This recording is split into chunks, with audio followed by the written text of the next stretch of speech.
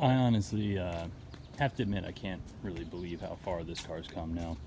The shaggy seat covers are just temporary thing until I get the Recaros, or I have a set of better condition, same color original seats, but I don't think they have heat warmers in them.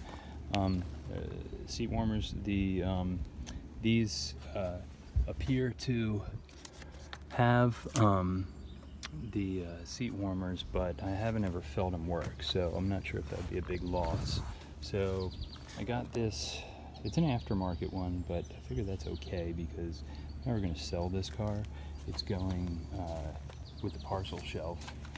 Maybe the jump seat as an option. I have not waxed this car, and it's been outside, so it needs some love right here, and I've just poured 15 around any exposed rust. I'm working on finding the paint code for this to just be able to touch up the paint myself, but it's due for right now a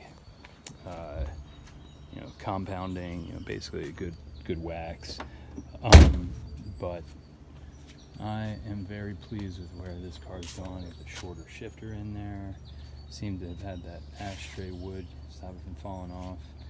There are cracks in the dash, but not big enough to really make me cry.